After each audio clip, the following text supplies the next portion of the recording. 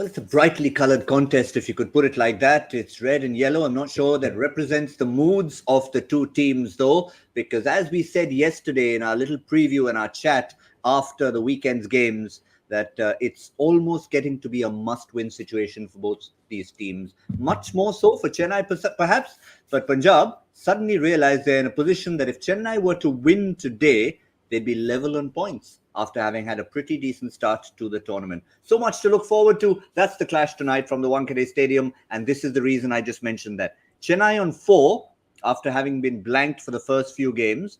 That means they win, they get to 6. Punjab win, they get away from that bottom half of the table and are clinging to Bangalore's heels. So enough for both teams to play for, and we've got plenty to talk about, as we always have right here on Cricbuzz Live. I'm joined by two gentlemen who spent plenty of time out there in the middle, getting a little breather from the stadium and in cooler comforts of the studio here. Simon Doull, Harsha Bhogle. Sometimes it can be sweaty and humid, so it's good to be back. What were you saying? What were you saying up front, Gautam? That it's very colorful. It's red and yellow. I didn't know you were announcing yourself. Well, when I was pulling the yellow T-shirt, I said, well, what can I match with that? So I said, okay, let's give the opposition a chance before I'm branded a fan of one particular team. It's not like you to try and match things, though, Gautam. You usually just get dressed in the dark. just chuck whatever colours on and away you go, mate. No, he finds combinations where none exist. That's actually looking like he might be an MCC member. That's a good point, actually. Just need that tie. That matching tie would be fantastic. Simon, since you did say that, it seems like Mayank Agarwal, whenever he has gone out to toss, is tossing in the dark because he can't seem to win a toss. No, he can't at the moment. And I understand that Chennai won another one, and Jadeja's decided to field at first, which is no surprise. Only once as a skipper, and that was Hardik Pandya the other day, wasn't it? Decided to bat first so far in the tournament. Proved okay for them, but no one else is brave enough, and particularly at night, I think they're all worried about the dew, and particularly also Chennai with their spin-heavy attack and off-pace attack with Bravo even. So, they need a dry ball. They want to bowl with a relatively dry ball and up front. That sort of suits them. I think as a team, they would prefer to bat first and then defend a target as the season goes on. But the fact that there may be a little bit of dew around just doesn't allow them to do that. Yeah, the big thing we were talking about, Harsha, was possible team changes, particularly for Chennai. But interestingly, they have gone with the same team. The real talk about was Moeen Ali, but Mitch Santner keeps his place. Chennai are a team that believes in continuity. Chennai will not change unless doom is knocking on their door. Unless it's doomsday, Chennai will not change. Because Chennai, if you see over the years, Chennai pick players and they back them. Even Moeen Ali missed out because I think he had an injury, and that's why he missed out. They tried Santner at 3. I don't know if they'll continue. But they've said, okay, who's our backup for Moeen Ali? Mitch Santner. He played one game, he'll play the second game. So I don't think they'll change around too much, especially now that they're settling down into some kind of performance. It's the other team that is midway through. The two teams midway through that are not certain of their teams. One is Mumbai Indians, which is unusual because they're also pretty steady side most years. And the other is Punjab, who've had to make 3 changes. Yeah, that is the big news. I mean, in sharp contrast, not that we haven't seen this dually from them before in previous years. Again, one of the players, I was asking Lisa about how highly she rates Nathan Ellis and how long does he hang on to his place. And obviously, we were looking at Ellis versus O'Dean Smith, but they made an interesting overseas change. Ellis goes out, and the guy we remember from the start of the season, Bhanuka Rajapaksa, makes his way back in. Now, that's an interesting non-like-for-like change. Yeah, look, they do some weird things, and they always have, right from just change of name doesn't stop weird things happening for Kings 11 Punjab, Punjab Kings, whatever name they go with. I think that over the years, Deepa will do some digging into this, I'm sure, as the night goes on, but who has made the most changes across seasons? Is it Punjab Kings? Rishi Darwin into the side, Sandeep Sharma back, so don't mind that one. You're bringing in, local bowlers. And Bhanuka Rajapaksa. What I would like to see with that side there tonight is maybe a change in the batting order. Make the most of what they've got in Johnny Bairstow and get him to the top of the order, and maybe have Mayank Agarwal, the skipper, just take one for the team and maybe move down to number 3. But look, they make changes. And if you're not unsure about your side at this time of the season, when you've had 3 wins, there's still some combinations they're looking for, and they do make a lot of changes. I find over the years, the Kings 11 or the Punjab Kings. Yeah. Just put that side up, Gautam. You'll understand why they're making the changes that they're having to make, because they want to play a certain way. They want to go heavy with run scoring at the top, and then say, okay, whatever I've got, I will defend. And in that plan, Odean Smith was their number 7, who might be an expensive bowler, but he would give them a lot of runs. Now they said, okay, no Odean Smith because he's too expensive. Let's play Nathan Ellis. Oh, hang on. But if we play Nathan Ellis, then Rabada's batting at 7. Then our method goes wrong. So no, we can't do that now. What is our method? Go hard. So to go hard, who is going hard? Bhanuka Rajapaksa. So we've got Dhawan, Agarwal, Bairstow, Livingston, Rajapaksa, Jitesh Sharma. Jitesh Sharma, by the way, is hitting a boundary every 3 balls or 4 balls. What that means now is they don't want to end at 7. So at 7, they need somebody who can bat. So now they've gone through their list. They had Raj Baba, they had Rishi Dhawan. They've gone back to Rishi Dhawan. Now in this lineup, Rishi Dhawan's got to bowl 4 overs. And Rishi Dhawan is sort of Ranji Trophy medium pace bowler. He's been a very good domestic cricketer, but I think you could say that he's in the evening of his career. So he could surprise us all, and I hope he does. But because they want to play a certain way and suddenly have discovered it's not working and they're having to make a lot of changes to play that way, I think they're again a little low in the bowling. Because is Sandeep Sharma playing his first game? I think Sandeep Sharma is playing his first or second game. Yeah, maybe. Yeah. I mean, surely. I mean, Rajapaksa, he must be able to bowl a little bit. Liam Livingston can bowl a little bit. I've hardly met a Sri Lankan who doesn't bowl a little bit. Sri Lankan batsman who doesn't bowl a little bit of something. Maybe we might get to see a surprise there tonight. Livingston can bowl, so they've got their options covered, and obviously they're going with Rishi Dhawan because he does offer a little bit with the bat. Well, what the Sri Lankans do tend to do, Dooley, is everyone keeps wickets. When they grow up, true. whatever else they might do in life, they've got to keep wickets once. Yeah. Everybody does. It's incredible how many Sri Lankans keep wickets in their team. Yeah, there was a team not too long ago when we looked down that list. There were 5 in a particular test team. 5 who could all don the gloves, all decent keepers. Mendes, Pereira, Chandimal, maybe Rajapaksa. Doesn't matter. And the regular keeper was Dikwella for that game. Dikwella, there you go. I'm Dikwella, not De Silva. I can never get over that joke. I'm Dikwella, not De Silva.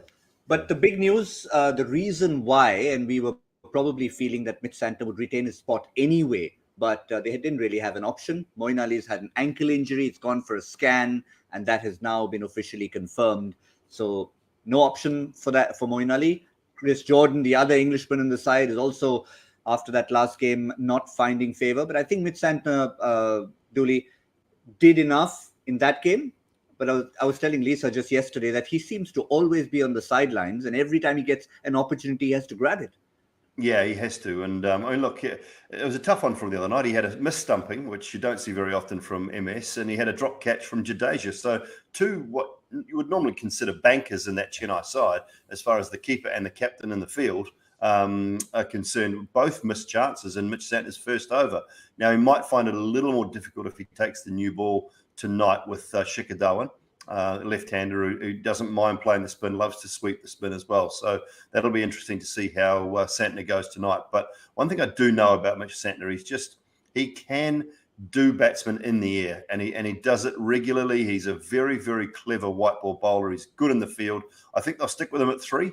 I think they'll try that. I say it's an experiment at the moment, but I think they might be looking down the track a little bit as well to him being maybe a number 3 prospect later on. So I think they'll stick with him at 3 with the bat as well. Who knows? Who knows what Chennai does? He might go back and become New Zealand's number 3. Who knows? Like Josh Hazelwood went back and became their best bowler. Who knows? This might just be. I mean, we see Mitch Santner at breakfast all the time. And poor guy, he's been with Chennai for the last 2 or 3 years. He's probably played 3 or 4 games all put together. I remember one game he came and hit a 6 at the end to win them a game. But he plays a couple of games here and then. He gets to come back with Chennai Super Kings. Who knows? A career might open at number 3 for him. The other good change, and it's something that I thought they'd do before, and they did it in the previous game. They've retained it this time. was Dwayne Pretorius. He's been such a good player for them. And don't forget, amidst Dhoni's heroics the other day, it came down to 17 of the last over because Pretorius got those 2 little scoops of Bumrah. Otherwise, it might have been a mountain to climb. So he's played a really quiet but good part for CSK. Yeah, you can. I mean, Twitter was all over it, and for good reasons. Sometimes it's not for the right reasons, saying that we love MSD, but let's not forget the overseas guest who also helped him on that occasion. So, yeah, Dwayne Pretorius with bat and ball has been a bit of an asset for them. We were personally a little surprised when he was dropped early on in the season. But in terms of power play for Chennai, if we can have a look at perhaps some numbers we can put out there, and then look at this with a quick reminder that they have won the toss. They'll be bowling first. So Chennai bowling in power play, Harsha. Is there anything we can perhaps read into this? That one game, guess who it was up against? 72 for 2 against the same team. Yeah, but you see, thereafter what's happened is they've found Theekshana. And Theekshana does power play for Sri Lanka as well. Another of the Sri Lankan players who's doing well. So they found Theekshana in the power play.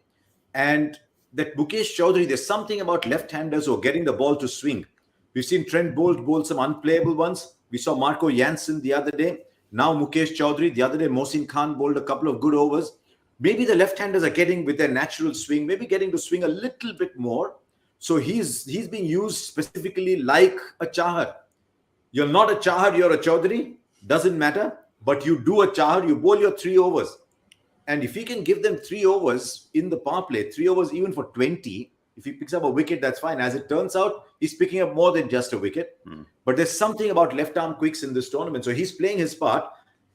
It's almost as if once the first 20 minutes are gone, his game is over.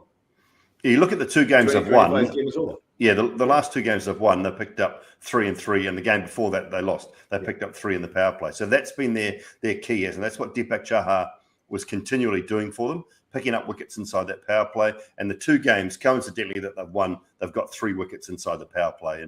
And there's no surprise. It's no coincidence that has given them that little bit of momentum to go on and win those games either. So they need that. They need, they need wickets up front, whether it's Santner, whether it's Theekshana, whether it's Chaudhary. It doesn't matter. They've just got to find a way to get 1, 2, 3 wickets up front.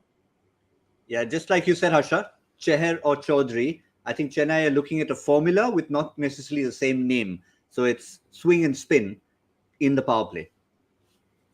And today is even more important that they get wickets in that power play, because Punjab's approach is to go very hard up front and they just sort of fizzle out. They score more runs than anybody else at the top, and towards the end, they score fewer than anybody else.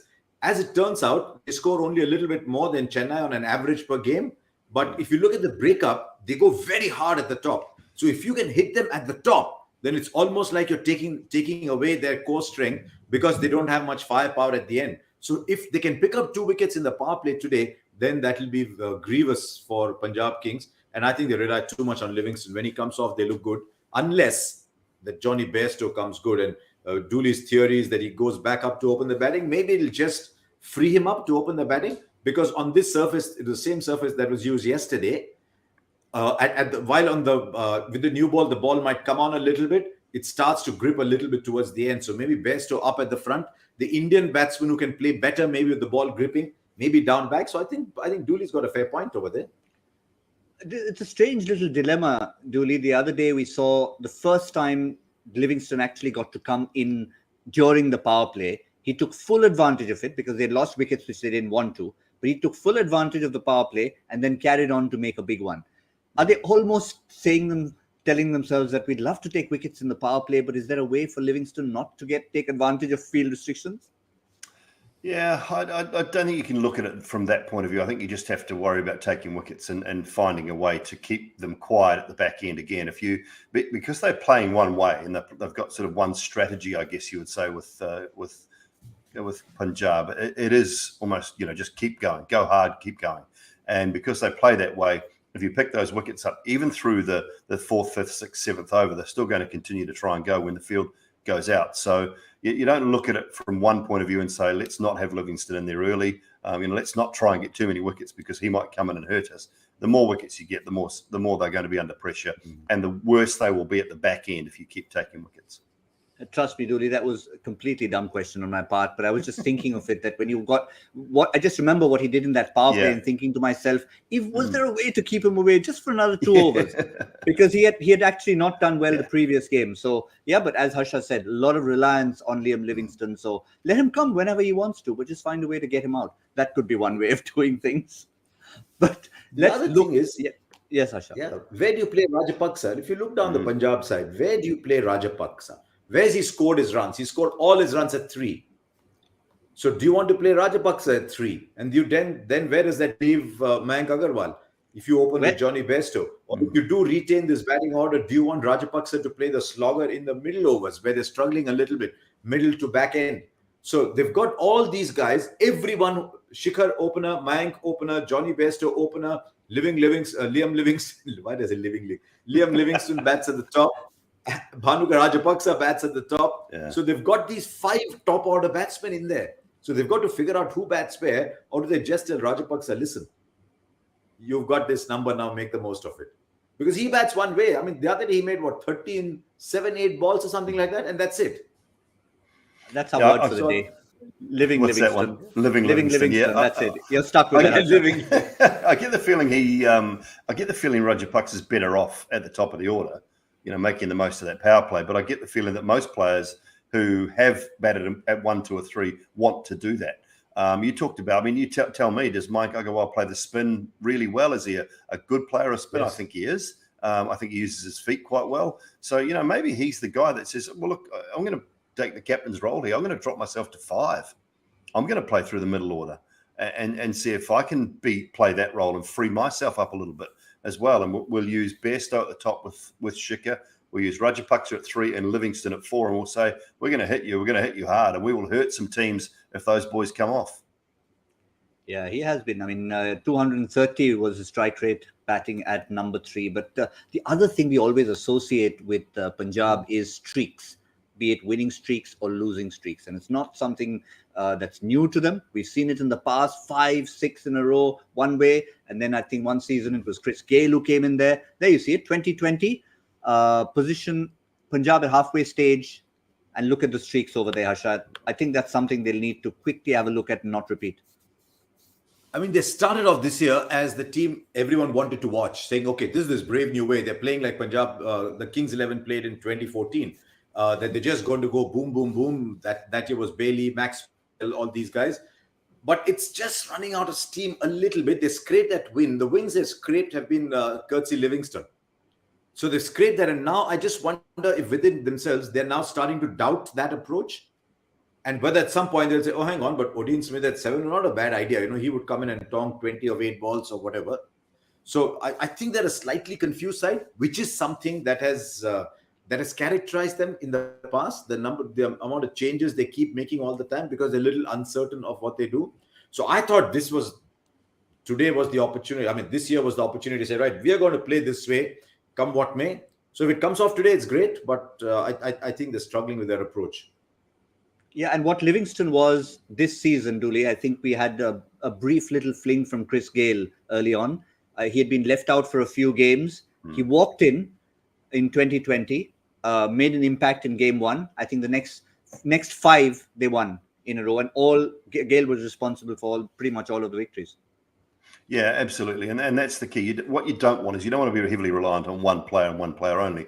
And people might say, well, look at what Rajasthan are doing. But you look at what's backing up Jos Buttler. You look at the couple of innings that Sanju Samson has played and done brilliantly. Look at Shimron Hetmeyer, the little innings he's playing. They're playing cameos around Jos Buttler. And the 1 or 2 times that Buttler has semi-failed, they've managed to carry the can for him as well. So you can't just be that heavily reliant on one player and one player only. And that's, when Livingston fires, yes, Punjab look good, but they can't be that heavily reliant on that one player.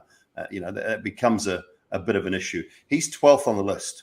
He's 12th on the leading run scorers list, and he's their best.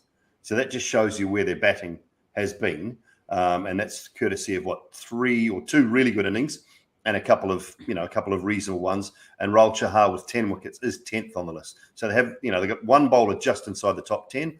And they've got no batters inside the top 10 of run scorers. So, that's a bit of an issue for mine. And they you go back to the selections situation, and I almost think that they panic select, they almost give up too quickly, and it's a case for me of when you've got non-cricket people making cricket decisions, and I think that's been the case with this franchise for a long time.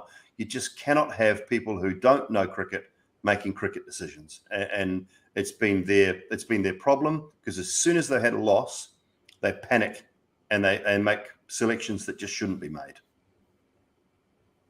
So what then, Harsha, should be their mantra? I mean, we talked about this going hard at the top. That's one aspect of it.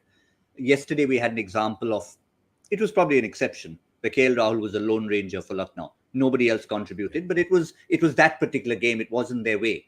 What is Punjab's way, or what should be Punjab's way with the personnel that they have? It's structured. Yeah, it's structured to play a certain way. That's the way Bairstow plays. Maybe Shikhar plays the Rahul kind of role and says, okay, I'll score 130, 135. You can't score under that if you're using too many deliveries. If you're using deliveries, you're scoring at 120, you're losing the game. So maybe Shikhar will play that role, but everybody else keeps going. You always need one player who gives you a 70, 75. Then all the others are making 25, 28, 30 in quick time. That's okay. But you need that one player to do it. And you can see how, Dooley talked about losing faith. They've lost faith in Shahrukh. I actually thought that Vaibhav Arora had bowled quite well in a couple of games, but they've lost faith in Vaibhav Arora as well. He's gone. Sandeep Sharma's come back in. That was the change they'd made earlier. So now Rishi Dhawan is saying, I don't know if I'm going to get another game.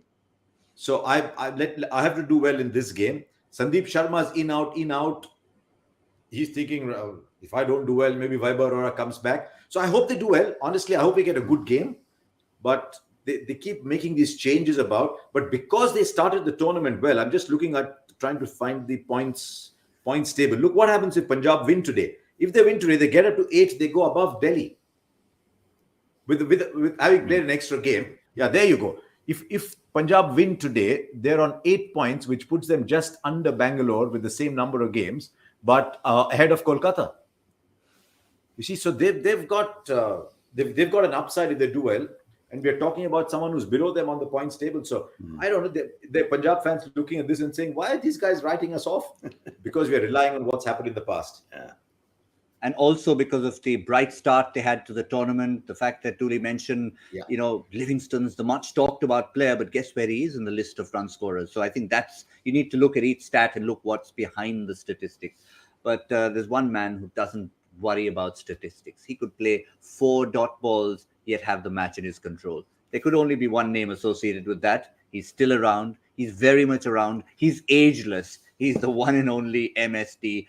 Last time around, Dooley, it's one of those magical things that, whether you look at how many runs he scored, who was at the other end, what's the opposition, the fact is, does it give everybody else in the Chennai team thinking, we're chasing again?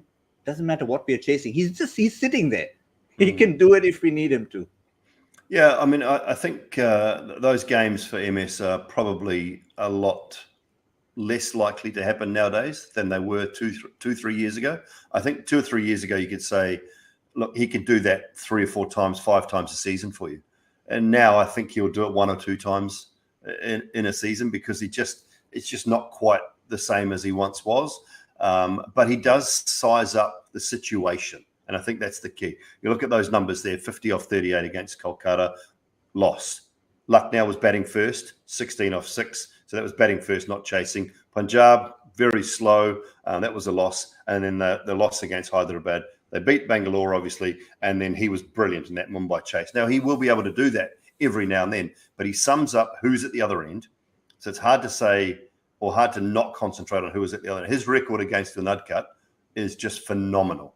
So he knows that, and he knows that the Nudcut knows that. So he's playing on the mind of the bowler as well. What was he, 260-something strike rate against the Nudcut in the death overs. And he only needed 1 slot ball. And that was the 1 slot ball that went straight back down the ground. And then all of a sudden, the bowler's under pressure. So it was impressive, very, very impressive. And Chennai needed it. They needed it massively the other day. But I still think they will be fewer than they will be more at this stage of his career. And the numbers are already showing that. When it comes off, it's thrilling. I agree with Dooley. I think he knows exactly what to do in what situation. Even the other day when he was batting with Pretorius said, I came in the first ball, I wanted to lap. He said, no, not now. He asked him again. He said, no, not now. And then he said, okay, you can play that shot now. So I think in his mind, he knows exactly how to construct the chase. Sometimes his body and his skills allow him to do that. But sometimes he's just leaving it till too late. That 23 of 28 was in a run chase where Shivam Dubey was making 57 of 30 at the other end. Even that 50 of 38, the runs came in the last 3 overs. They were 90 after 16, 17 overs. So I think when it comes off, we must savor it because nobody understands the situation better than him. Can he, having understood the situation, do it? That is the fight that MS Dhoni has. And when he does it, oh, wow.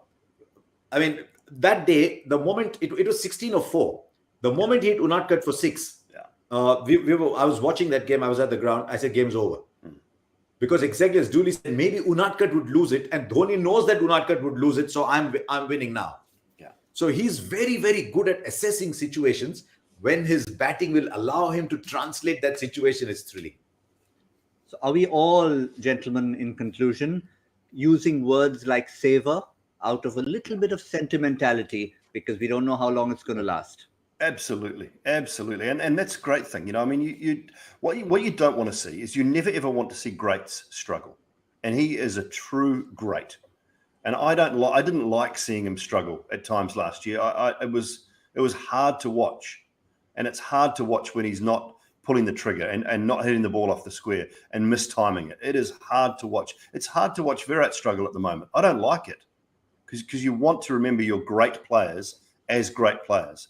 And so when you do see it, absolutely savor it. Make the most of it. Enjoy what you saw the other night for exactly what it was. Don't expect that it's going to happen more often than it did before. Don't expect that all of a sudden, MS is back. I've seen people and I've heard television channels saying MS is back. No, he's not. He's had a terrific performance. Enjoy it for what it was. Harsha, I'm giving you a pen to conclude the show, a scriptwriter's pen. If you could determine or someone could determine the perfect way for MS to bid adieu, whenever it is, we're not saying it's now, what would it be? I think at the end of this year's IPL. Because the next IPL is now another 10 months away. But we've been saying that for a year now, 2 years now, saying maybe it'll be this one, maybe it'll be this one. But I think the fact that he's given up the captaincy at the start of the season, so he's giving Jadeja a full season as captain, to me is an indicator. But I promise you, if CSK don't qualify this year, if they go out on the 22nd of May, I don't think he'll announce that on the 22nd of May. Somewhere you'll see on the 8th of November or somewhere a little line from Dhoni saying, yeah, I don't think I'm coming back again. So, I mean, I think a lot will depend. If he can back himself, if he can produce 2 or 3 more performances like these, then yes, he might consider. Because the keeping, with someone like Dhoni, if you miss one catch, you remember because he hardly ever missed them. He's missed a stumping and he conceded 4 byes once. And the reaction from him was priceless. What? MS? I mean, without saying those very words. Yes. Well, that's the legend that is MS Dhoni, and we can only hope and probably predict that he'll do it on his own terms, whatever he does.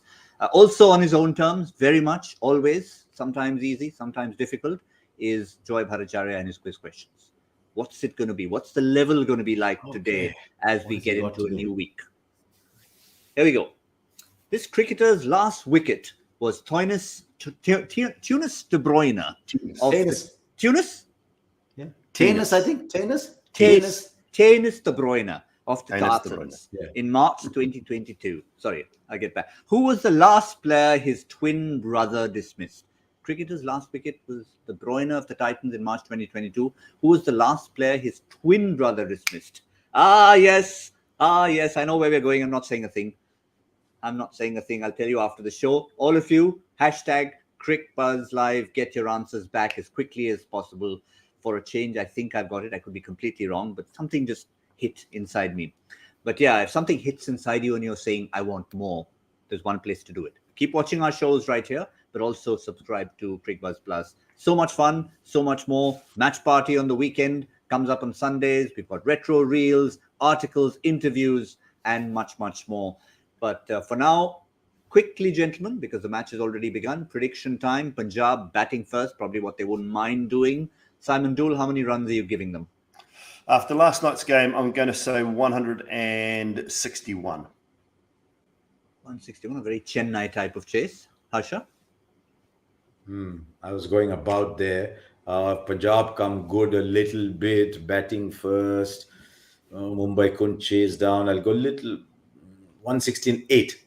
All right, 168. Fair enough. I was always planning to go lower, so which color should I go with? All right, I'll go with red for this innings. And Punjab, no, actually, I go with yellow for this innings. I'm confusing myself. 152. 152. So we've got a small little window there, 152 to 168, 10 runs on either side. That's what we have on the show for you today. Plenty of talking points, but let's see how they're going at the 10 over mark. Chennai won the toss, bowling first. That's all we have from Harsha, Dooley and myself on Cricbuzz Live.